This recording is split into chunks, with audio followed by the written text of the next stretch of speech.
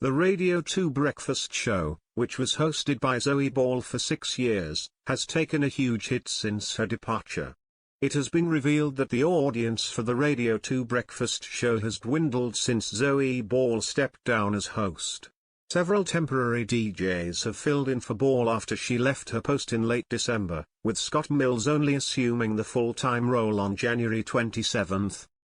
The breakfast show drew an estimated weekly audience of 6.45 million from January to March this year, a drop from the previous quarter's 6.83 million. Despite the decrease, the slot still boasts the largest listenership on national radio. Research body Raja released these figures around 3.5 months into Mills' tenure, who previously hosted an afternoon show on the same station, reports The Mirror.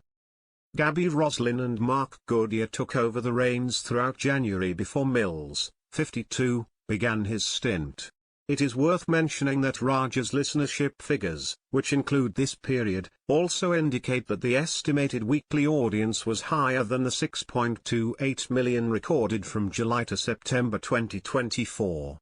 Ball, 54, has since taken up presenting duties for a Saturday lunchtime program on BBC Radio 2.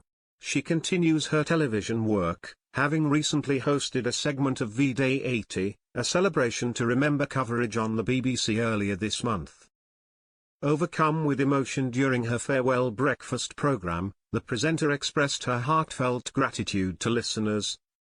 "Thank you for tuning in, whether as a lone listener, as family, as a work gang on your morning jogs, dog walks, truck drives, train commutes, or hiding in bed. It's been a real privilege to keep you company through your morning maneuvers. You're just there and I'm just here having a chat with a mate. It's such a special, intimate relationship."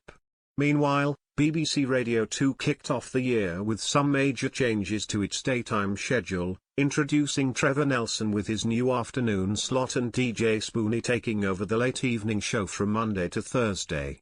Helen Thomas, the head of Radio 2, could not hide her excitement about the station continuing to be the UK's favourite, commenting, "Congratulations to Vernon Kay, who remains the most listened to show in the country with a weekly audience of 6.73 million to his mid-morning show, and to the Radio 2 breakfast show, which maintains its position as the UK's biggest early morning programme."